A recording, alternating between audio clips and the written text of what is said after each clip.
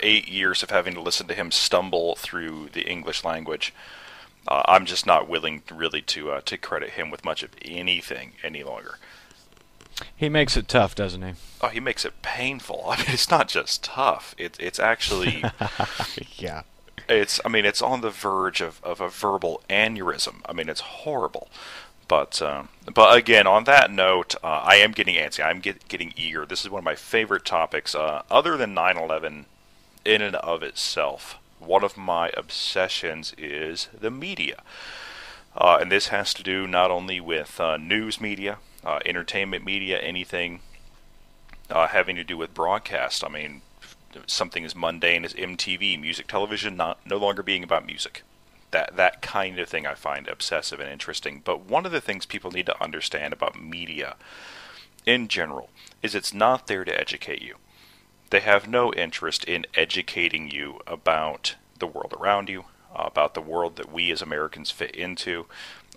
They're there to distract you and to entertain you. It has nothing to do with education. And even the news has come into this. Recently, there was news, and get this, Dallas, this is breaking news, and you may actually be interested in this.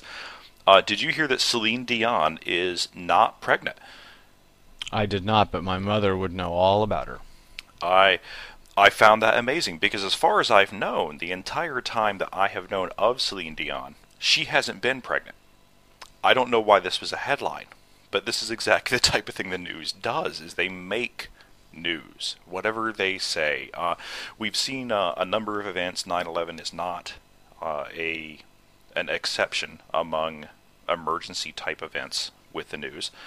Very often the media is wrong about their reporting on these events. We've seen most recently with the tragedy at Fort Hood, where I followed that story all day long. We were initially told that there were 3 shooters involved in the incident. Now it turns out there's 1. We were told that one single shooter was actually shot and killed in the incident. Turns out he's alive. Various mistakes are made in media reporting. That happens. We saw it with the Balloon Boy incident. Balloon Boy, who was supposed to be on this aluminum foil flying saucer. But again, the media just runs with these things. They're so sensationalized. Well, when we start looking at 9/11, we run across a number of things that are obviously panic-type reporting. And then we run across a number of things that are either the best reporting ever or evidence that somebody knew something ahead of time. Not only were the guests that were in the studios that day lined up and ready to go, but the number of things that the commentators said were just so fantastically insightful that I frankly can't credit American news media with actually being that intelligent. We've all witnessed it. The very first clip I would like to play for you is going to be one of my favorites, and it was really tough to get this. YouTube does not, in many cases, provide the raw footage of news like I like to research. It took me forever to find the original footage of 9/11. I actually ended up having to order it and get it delivered to me so that I could see what Fox and CNN and other stations were actually broadcasting that day in the raw. Now this first clip is going to be on Fox News. And you'll want to listen. This is immediately after the second airplane hit. This is 15 minutes after Fox News started their coverage. And listen to this official story already being processed and thrown at us. Another plane just flew into the second tower. This has to be deliberate, folks. Well, that would begin to say that, yeah. We just saw on live television as a second plane flew into the second tower of the World Trade Center. Now, given what has been going on around the world, some of the key suspects come to mind: Osama bin Laden. Now, right there, you see they're already dropping Osama bin Laden immediately as a suspect. Now, I understand that Osama is a world-class terrorist. We trained him. He should be.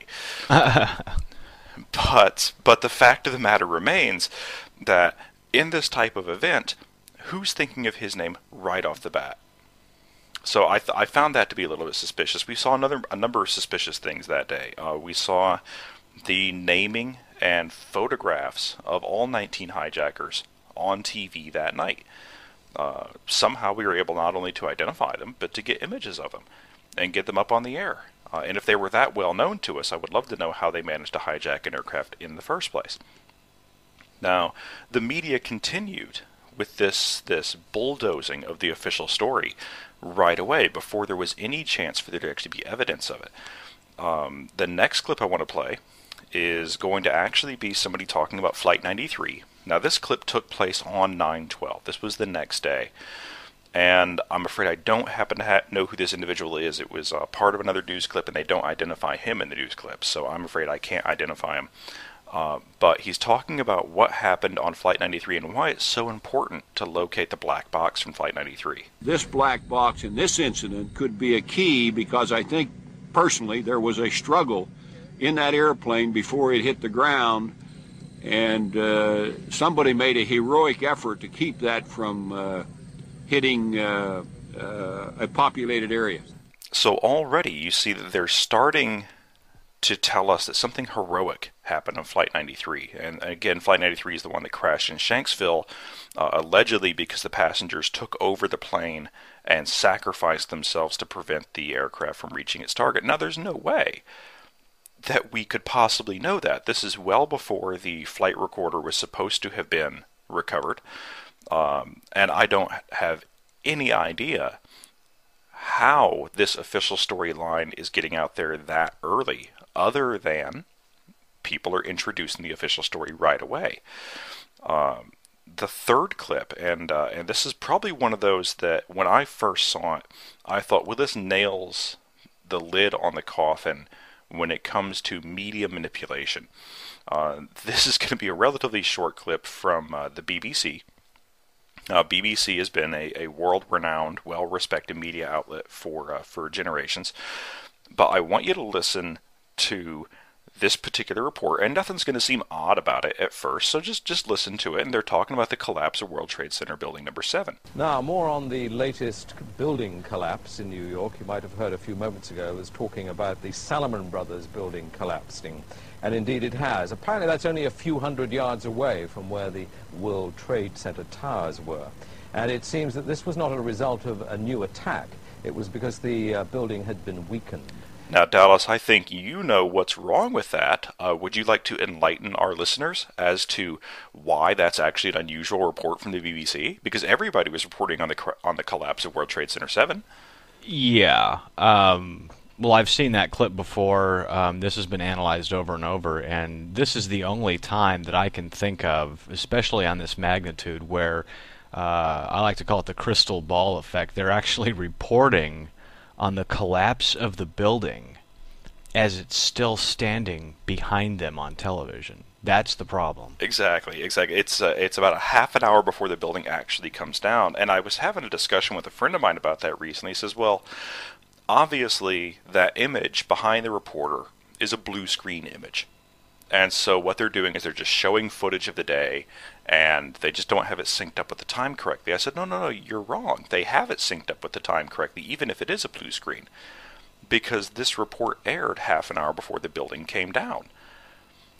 And Right. so, we have this evidence here of some type of pre-knowledge and some type of the official story already being rolled out. It was one of my favorite clips when I ran into it, and one of those things that no so-called debunker has ever been able to adequately explain away. And of course they don't even try to. They won't approach that particular topic. That's right. Well, and like I said, you having come from 15 years of media, I mean, typos are one thing, and I was having a discussion about this with my mom just 2 days ago, and she had forgot, in her defense, she had forgotten that we were discussing Building 7, which collapsed hours and hours after the fact. And she tried to pass this out. So, well, they just could have gotten the number wrong. I said, no, you don't understand. They're reporting something before it's actually happened. And there is no, I mean, I come from this business, and like I said, typos, that can happen. There are mistakes that can happen, but nothing like that.